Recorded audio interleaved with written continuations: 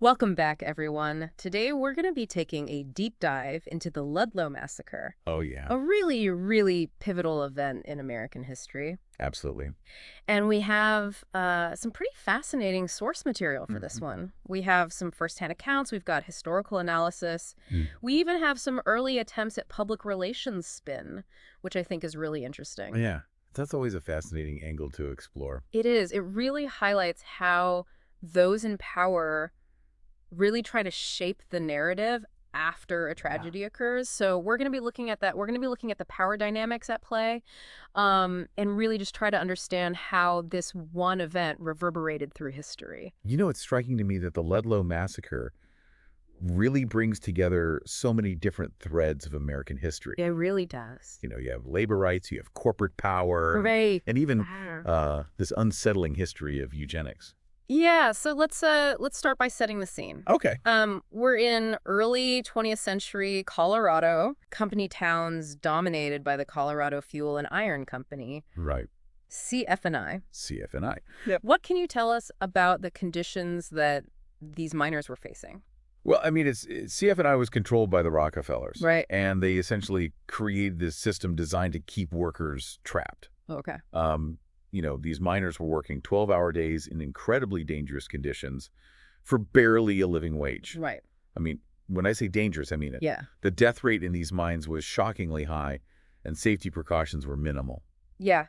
It's hard to imagine Yeah. being forced to live in company housing shop at the company stores and, use company script instead of real money. Right. It's like... It seems like a very deliberate strategy to keep them indebted and under CF&I's thumb. Absolutely. It felt very much like a feudal system within a supposedly democratic society.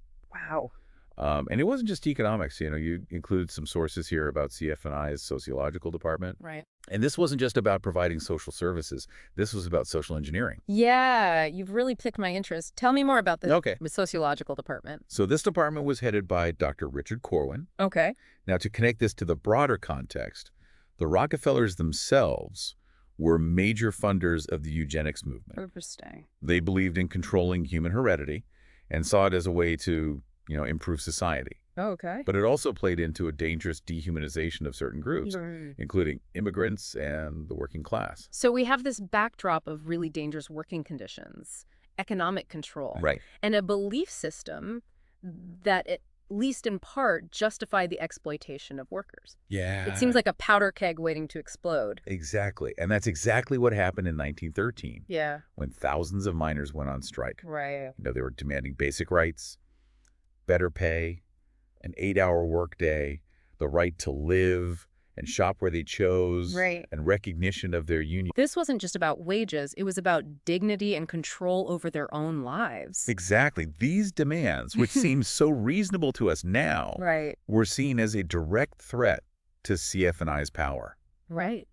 The company responded with force. Of course. They evicted striking miners from their homes, forcing them to set up these tent cities, Okay. the largest of which was Ludlow. Ludlow. Yeah. So you have these families living in tents in the middle of Colorado, because they dared to demand a better life. Right. But CF&I wasn't about to give in that easily. No, they doubled down. They hired the Baldwin Felts Detective Agency, Oh, wow. notorious for their brutal tactics. Okay. I mean, we're talking armed guards, machine guns. Yeah. They even had this vehicle that they called the Death Special. The death special. Yeah, used to intimidate and terrorize the striking miners. Wow. It's chilling to think about the escalation of violence here. Yeah. And it wasn't just private forces at play, right?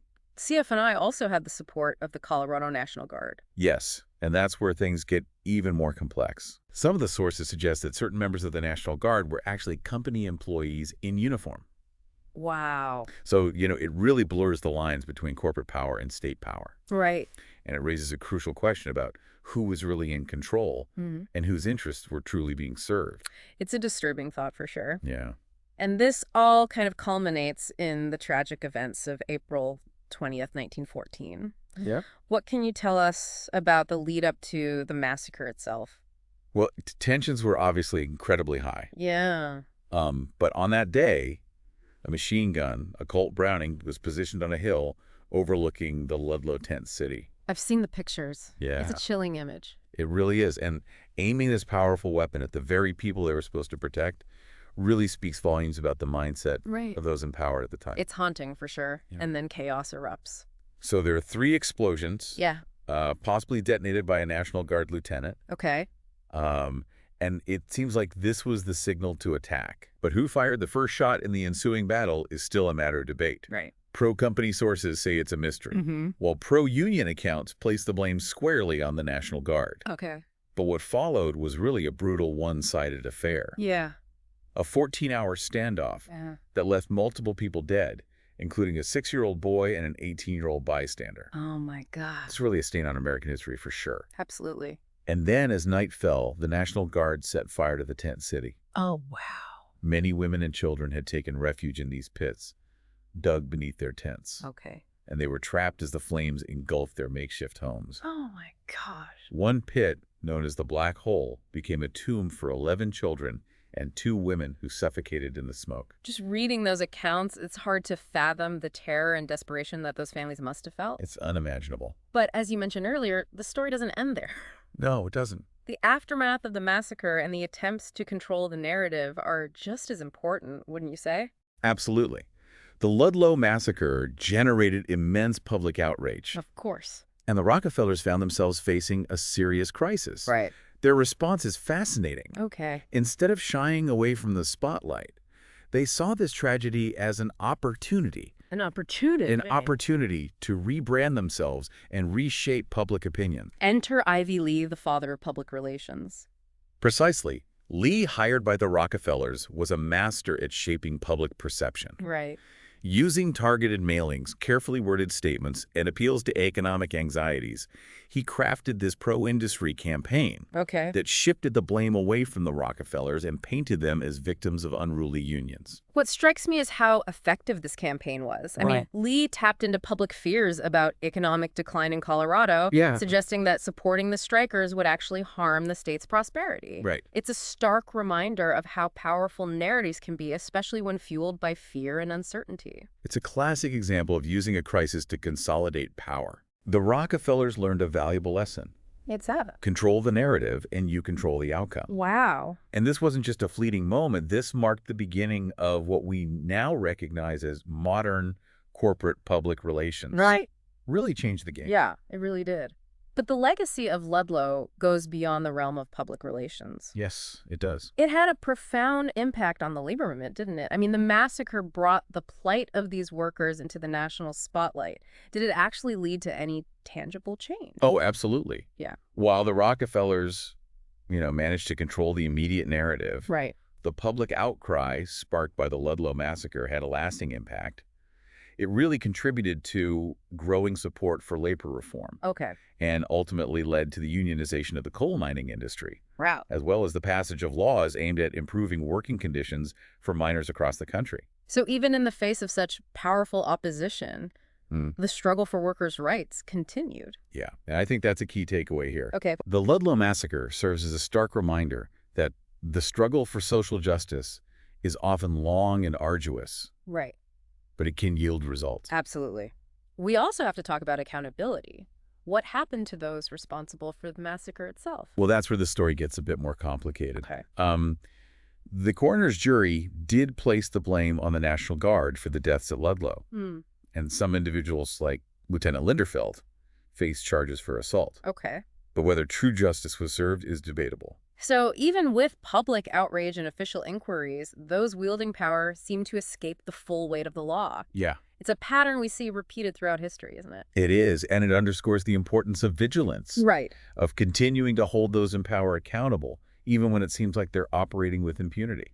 This entire story, from the harsh conditions in the company towns to the massacre itself and the subsequent PR campaign, it's a stark illustration of the power imbalances that existed back then.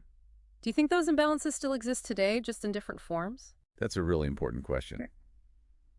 While the context has certainly changed, many of the underlying issues we've discussed, Like what? like the exploitation of workers, the influence of corporate power, and the manipulation of public perception, are still relevant today. It's a sobering thought. Yeah. It makes you wonder what lessons we can learn from the Ludlow Massacre to ensure that history doesn't repeat itself. I think one crucial takeaway is the importance of being critical consumers of information. Right. We need to question the narratives presented to us, especially those coming from those in positions of authority. It's easy to get caught up in slick slogans and PR campaigns, but we have a responsibility to dig deeper, Mhm. examine the evidence, and consider multiple perspectives. Absolutely. And we must remember that the fight for workers' rights is far from over. Right. Exploitation, unsafe working conditions, attempts to suppress collective bargaining. Yeah. These issues still exist in many parts of the world. It's a reminder that we can't become complacent. We have a responsibility to stand up for those being exploited and challenge systems that perpetuate injustice. I completely agree. Well, this has been a fascinating Yeah. and thought-provoking deep dive. It has been. Before we go, I want to leave our listeners with this. How do you think events like the Ludlow Massacre continue to shape our understanding of labor capital and the very fabric of our society? It's definitely something worth pondering. It is. And if you're interested in exploring this further, the Ludlow Massacre Memorial Site and numerous books about the Colorado Coalfield War offer a wealth of information. Absolutely. Well, thanks for joining us for this deep dive into the Ludlow Massacre. Until next time, keep learning, keep questioning, and keep striving for a more just and equitable world.